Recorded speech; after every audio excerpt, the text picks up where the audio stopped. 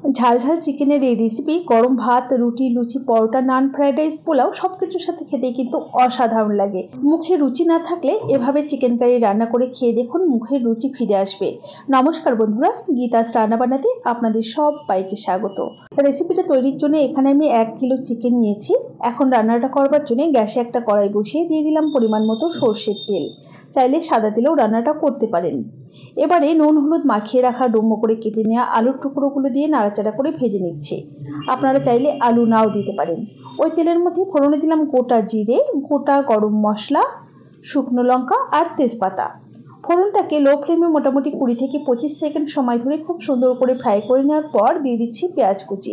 এখানে আমি 4টে মাঝারি সাইজের পেঁয়াজের ব্যবহার করেছি। খুব ভালোভাবে পেঁয়াজটাকে নাড়াচাড়া করে ভেজে নিলাম।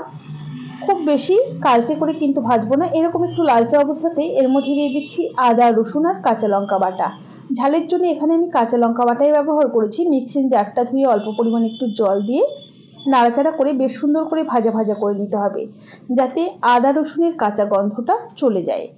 খুব সুন্দর করে ভাজা ভাজা করে নেওয়ার পর এখন গ্যাসের ফ্লেমটা একটু কমিয়ে রেখে এর মধ্যে আমি দিয়ে দেব কিছু গুঁড়ো মশলা। প্রথমেই দিচ্ছি 1 টিস্পুন পরিমাণ জিরে আর গোলমরিচের গুঁড়ো, 2 টিস্পুন পরিমাণ ধনে গুঁড়ো, হাফ টিস্পুন রঙের জন্য কাশ্মীরি লঙ্কার গুঁড়ো, হাফ টিস্পুন হলুদ গুঁড়ো আর একটা বড় সাইজের টমেটো কুচি, স্বাদ মতো লবণ দিয়ে খুব ভালোভাবে নাড়াচাড়া করে মিশিয়ে নিয়ে মোটামুটি আরও 4 থেকে 5 মিনিট সময় নিয়ে কষিয়ে নিতে হবে।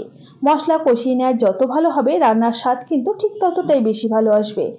এই পর্যায়ে এর মধ্যে আগে থেকে ধুয়ে পরিষ্কার করে জল ঝরিয়ে রাখা চিকেনের টুকরোগুলো অ্যাড করে দিয়ে গ্যাসের ফ্লেমটা হাইতে রেখেই ক্রমাগত নাড়াচাড়া করে মিনিট 5 রান্না করে নিতে হবে। আপনি যদি আমার চ্যানেলের নতুন বন্ধু হয়ে থাকেন তাহলে অবশ্যই পাশে থাকা বেল আইকন সমেত আমার চ্যানেলটিকে সাবস্ক্রাইব করে নেওয়ার অনুরোধ রইল। এবারে গ্যাসের ফ্লেমটা একটু কমিয়ে রেখে ঢাকা দিয়ে মোটামুটি 10 থেকে 12 মিনিট সময় নিয়ে কষিয়ে নিলাম। মাঝে একবার ঢাকা খুলে নাড়িয়ে দিয়েছিলাম। টোটালি কিন্তু 17 থেকে 18 মিনিট সময় নিয়ে কষিয়ে নিয়েছি। এবারে ভেজে রাখা আলুর টুকরোগুলো অ্যাড করে দিলাম।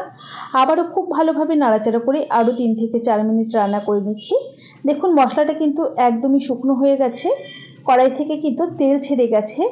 এবারে এর মধ্যে দিয়ে দেবো গ্রেভির জন্য পরিমাণ মতো গরম জল। খুব বেশি জলের ব্যবহার করছি না, কেননা এটাকে আমি একদমই মাখো মাখো ভাবে রান্নাটা করব। এবারে একটু নাড়াচাড়া করে নিচ্ছি আর গ্যাসের ফ্লেমটা কমিয়ে রেখে ঢাকা দিয়ে আরও মিনিট 10 সময় নিয়ে রান্না করে নেব। 10 মিনিট পরে ঢাকাটাকে ওপেন করে নিচ্ছি। দেখুন গ্রেভিটা কিন্তু অনেকটাই ঘন হয়ে গেছে, ঝোলটা কিন্তু টেনে গেছে, মাংস আলু সমস্ত কিছুই বেশ সুন্দর সেদ্ধ হয়ে গেছে। এই সময়তে এর মধ্যে দিয়ে দিচ্ছি হাফ টিস্পুনের মতো শাহি গরম মশলা গুঁড়ো। খুব বেশি গরম মশলা দিলে রান্নার স্বাদ কিন্তু নষ্ট হয়ে যায়। আর গ্রেভিটা এখন যতটুকু দেখছেন আর কি, এটা কিন্তু আরও টেনে যাবে। এবারে একটু নাড়াচাড়া করে মিশিয়ে নিয়ে গ্যাসের ফ্লেম বন্ধ করে পরিবেশন করে দেব। আমার এই রেসিপি আপনাদের কেমন লাগলো অবশ্যই কমেন্ট বক্সে কমেন্ট করে জানাতে ভুলবেন না যেন। ভালো লাগলে অবশ্যই একটা লাইক করবেন আর বন্ধুদের সাথে প্রচুর প্রচুর শেয়ার করবেন।